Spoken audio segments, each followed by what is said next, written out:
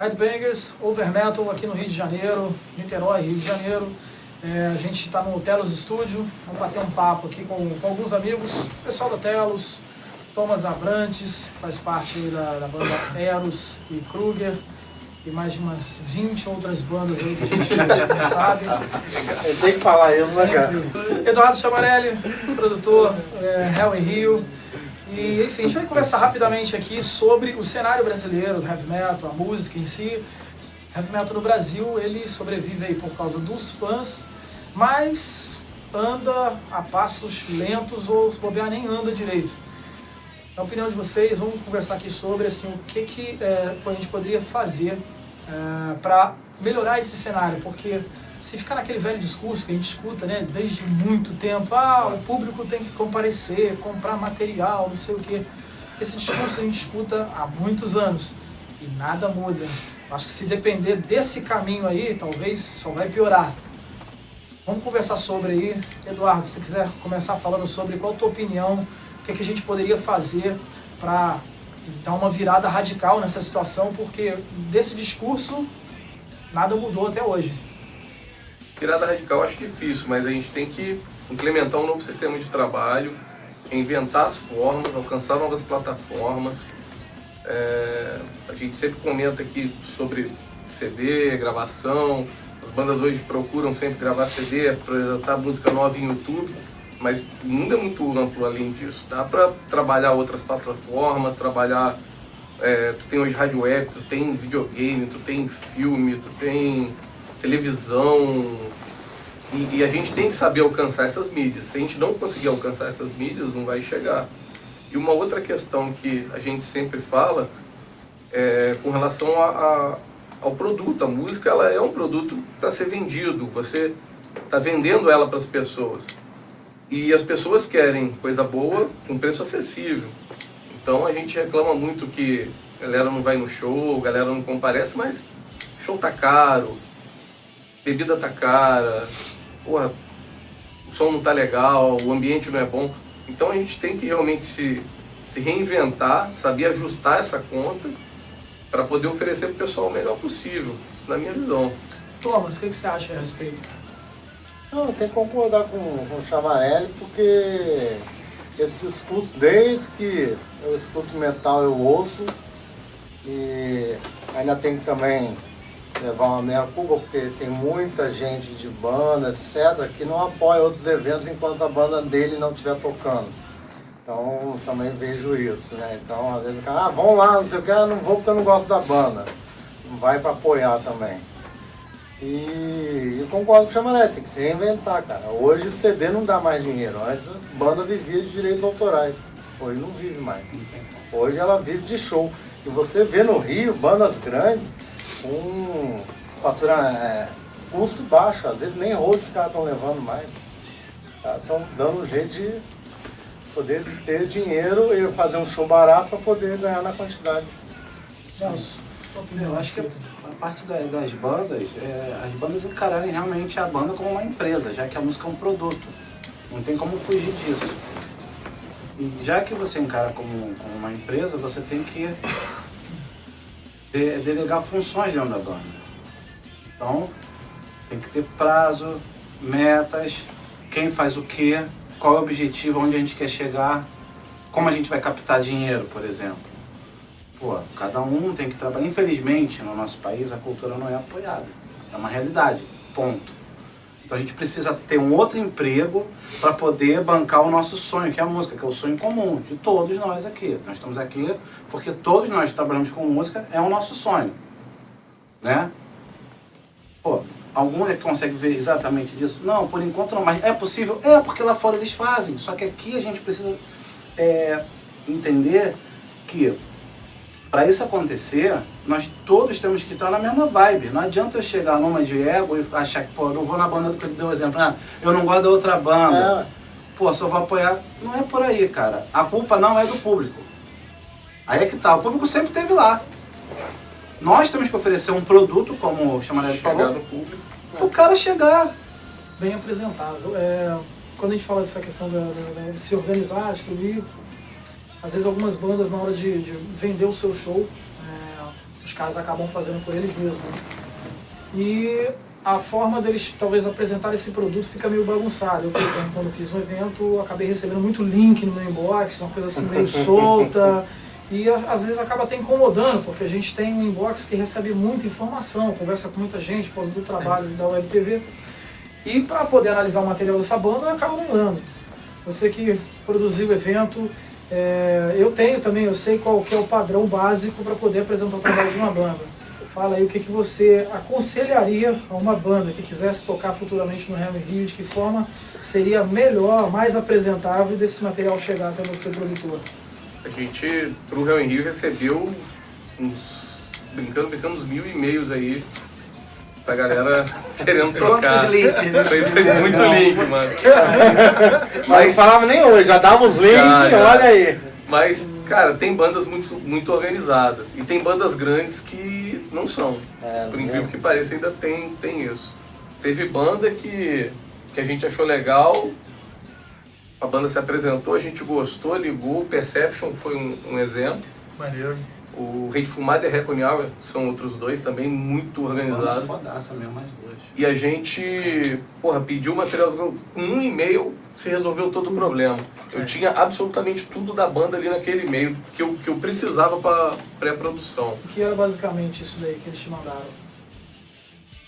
O que eu preciso de material de divulgação, clipe, chamada para show, as logos nas formas que eu precisava para usar, release, o que você usa de base, não é tanta coisa. Mas a banda, quando você tem esse material organizado, tava tudo numa num único e-mail, eu não vou também ficar enchendo o saco da banda, até porque a gente não tem tempo. Então, quando o cara com um e-mail consegue me resolver a vida toda, É ótimo. eu não vou atrapalhar a banda, entendeu? Eu tenho tudo dele ali, rider técnico, tá tudo ali dentro. Saída de luz, contrato, você resolve tudo ali. Isso facilita a vida demais para quem está organizando um evento. Quando tem banda que para poder mandar tudo isso com 45 e-mails, é uma outra relação. Então, ajuda muito a galera a se organizar, a ter isso passa uma visão de profissionalismo. Mostra que a banda está interessada em vender uma imagem mais concisa, mais estruturada. Isso é legal, isso vale a pena. Qual aposta aí, cada um pode falar, isso aí mais ou menos para a gente concluir esse bate-papo, essa conversa, em relação a 2017, 2018, assim, um tanto de expectativa do que pode ser esse ano. Vocês como banda, né? O Thomas também pode falar, ele representa várias bandas, né? Quase uma agência. Cara, e o Eduardo... Thomas multiação, né, cara? Multiação. Tudo. E o Collins. Pode falar, Thomas, a sua expectativa de 2017, 2018 em relação ao cenário do heavy metal? Vai ser melhor? Pô, eu tenho visto agora bastante, como o Chamael falou, bastante banda organizada. Tem uma expectativa para ser grandes bandas aí nos próximos 2 anos. Vocês, Telos? Nós aqui com o Delos Terror, né, a nossa expectativa para 2017 está toda voltada, né, para o novo disco que a gente já está terminando de compor. Na verdade, a gente já está até adiantando uma pré-produção, né, do novo disco. Então, assim, a ideia é já até março, abril, no máximo, de 2017, o disco já está lançado, distribuído. E vai ser um disco de novo, né, com temáticas com um conceito, na verdade, que abrange a todas as pessoas em comum, independente das escolhas que ela faz na vida, né, do que ela é, o que não é. E além do disco, dessa vez, ele ser um disco conceitual, ele também é cronológico, né? E isso vai tornar o disco também bastante interessante e, assim, bem bacana de você fazer a leitura também, né, das letras e tudo mais. Muita gente vai se identificar bastante com o que vai estar ali no conteúdo, né? Então a gente espera que esse disco ele possa atingir legal a mídia, eles possam entender a mensagem, a gente acredita que vai. E também, musicalmente falando, continua sendo um disco bem mesclado, né, bem variado, com todas as vertentes aí do metal, né, da nossa forma de fazer, né, conforme eu falei anteriormente também. Acho que vai ficar legal aí. Mas a galera aí, o Ederson, o que você espera aí do novo disco, 2017? Eu acho que, pelo menos eu sou um pouco otimista em relação a 2017, não só em relação à banda, como em relação ao cenário, assim, o Hell in Rio acho que foi exemplo, de cada vez mais ter iniciativas dessas para criar mesmo uma cena que gire, né? Que possibilite que as bandas toquem, por exemplo, acho que foi anteontem o show do Tamuia, foi quarta-feira. foi na quarta-feira, A gente e tava assim, lá, foi dia de caralho. semana, falaram que o Lotadaço. lugar encheu, então assim, isso possibilita a banda não estar tocando apenas nos mesmos lugares só no final de semana, entendeu? Isso gera o interesse de produtores em investir em novos locais, procurarem novos locais para fazer show, que tenha também uma estrutura que atenda as bandas, isso fazer que as bandas comecem a girar direto, e nisso gerando renda mesmo para as bandas, mesmo que não seja o dos sonhos, mas o possível pelo menos para eles conseguirem para a banda gerar o lucro da própria banda, Em entendeu? cima do que você falou, uma coisa que eu lembrei, eu acho interessante perguntar para você. Circuito no Brasil não existe. Na Europa, por mais simples ou grande que seja, né? Por exemplo, se uma banda brasileira sair daqui para acompanhar uma grande banda, vamos dizer assim, uma banda de thrash metal brasileira sai para acompanhar o Destruction, Creator, ele tem um circuito que ele vai seguir num nível padrão. Tem bandas brasileiras que pagam para fazer turnê europeia, tocam num circuito mais simples, mas tem circuito, ele faz lá 20 shows, 15, 20 shows pela Europa. No Brasil, apenas o Torture Squad até então conseguiu fazer uma coisa de segunda a segunda, mas provavelmente um esforço enorme para conseguir aquilo, né, com muitas compensações. Só que assim, um êxito único. É possível algum dia no Brasil ter um circuito no qual Torture sai, entra outra banda e daqui a pouco vem outra e aquilo vai mensalmente, ou a logística brasileira nunca vai possibilitar isso? Depende muito da gente mesmo, cara. Depende da gente saber o que a gente quer e pro que a gente trabalha. Não vai acontecer de uma hora para outra nem sozinho. É fruto de um trabalho. Torture teve essa iniciativa e é do caralho eles fazerem isso.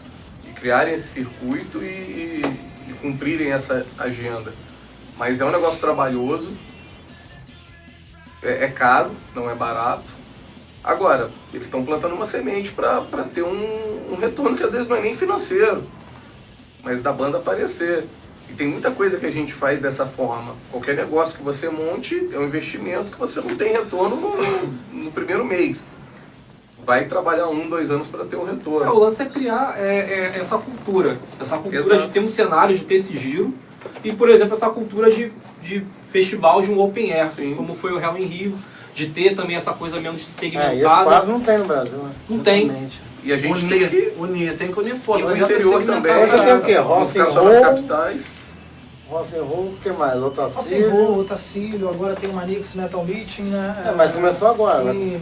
Que vem no embalo dos zombies. Aí você tinha um Monster, né? Que não sei se vai ter Tem antes. esse de Né? São Paulo,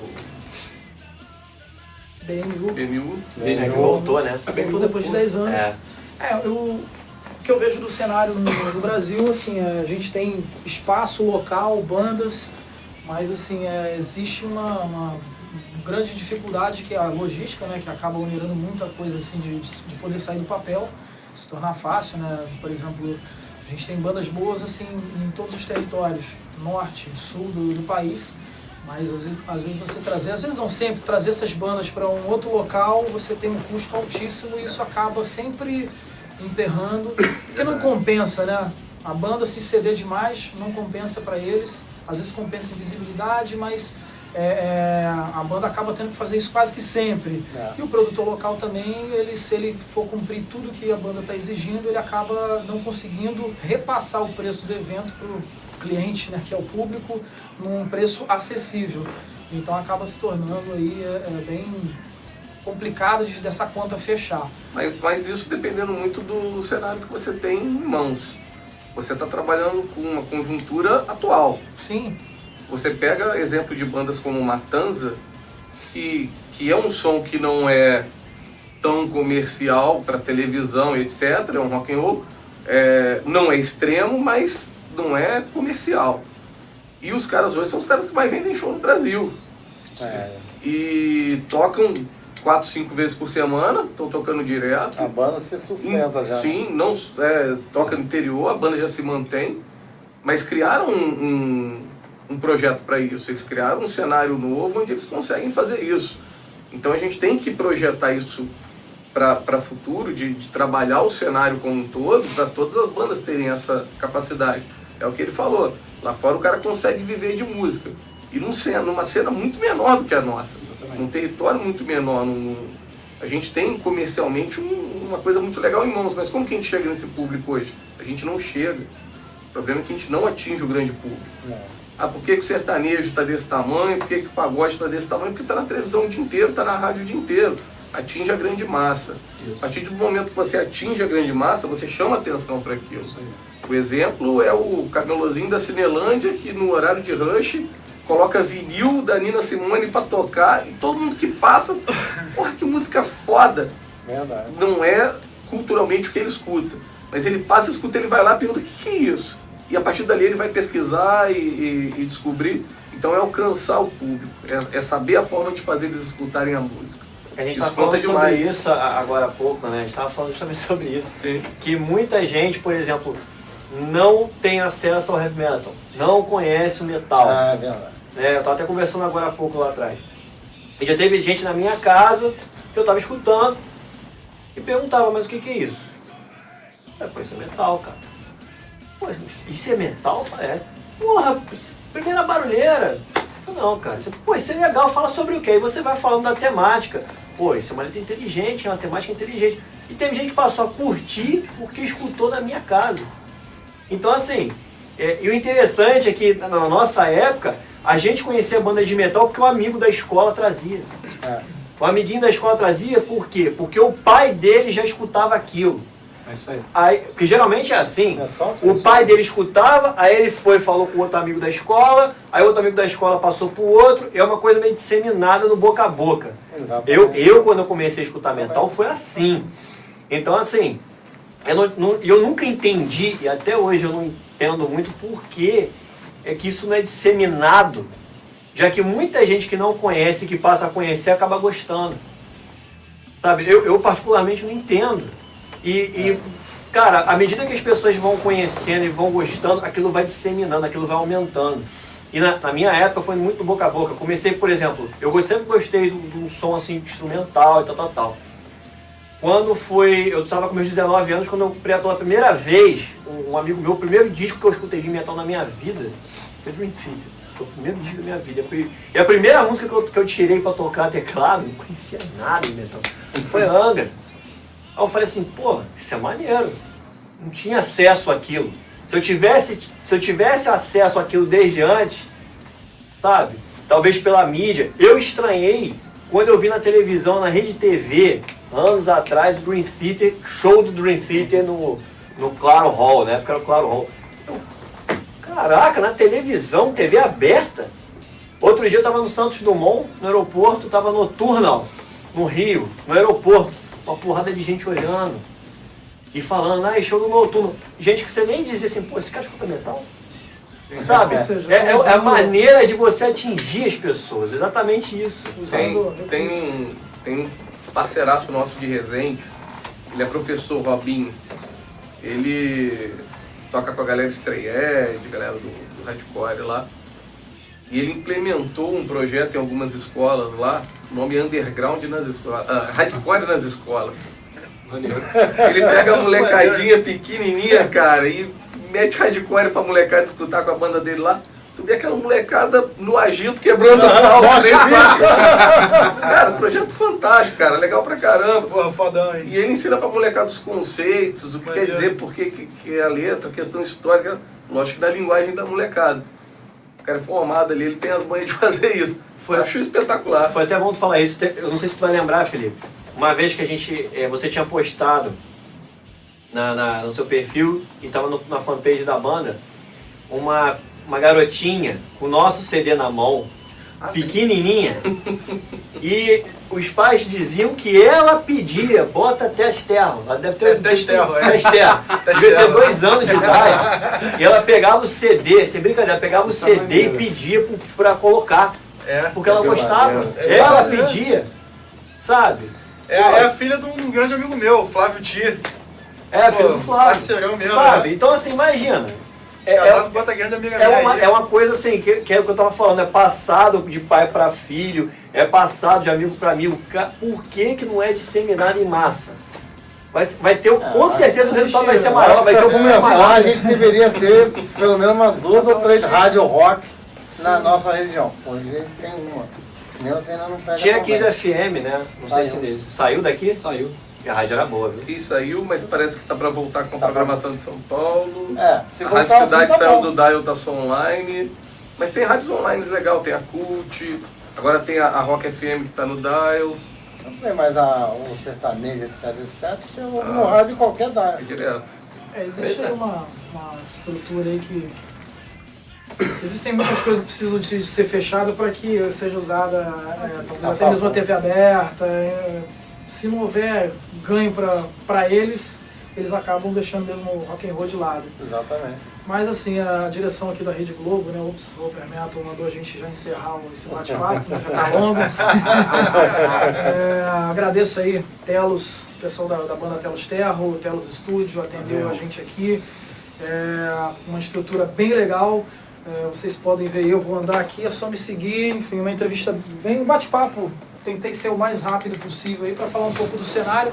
Na verdade, é um tipo de assunto que a gente poderia passar aqui. A gente já conversou sobre isso aqui por 3, 4 horas seguidas. E assim, tem algumas conclusões, mas tem muita coisa que acaba ficando solta.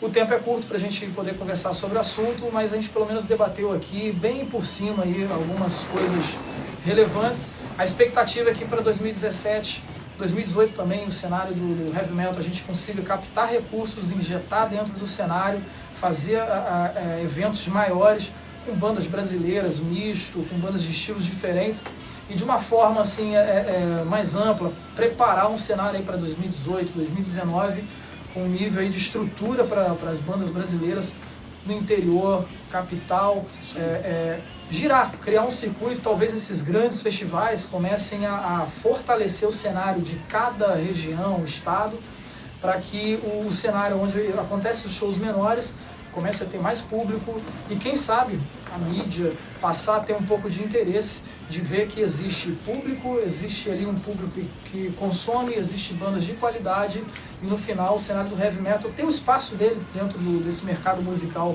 que o país tem, onde tem recursos e a coisa comece a acontecer e o cenário a gente começar a ter uma realidade melhor do que a gente vive ou viveu até esse momento aqui no Brasil. Obrigado pela participação de cada um de vocês, Overmetal, Telos, Eros, Kruger, mais não sei quantas bandas, Hell in Rio, obrigado a todos vocês, Headbangers, até a próxima. Valeu, Rangers! Valeu!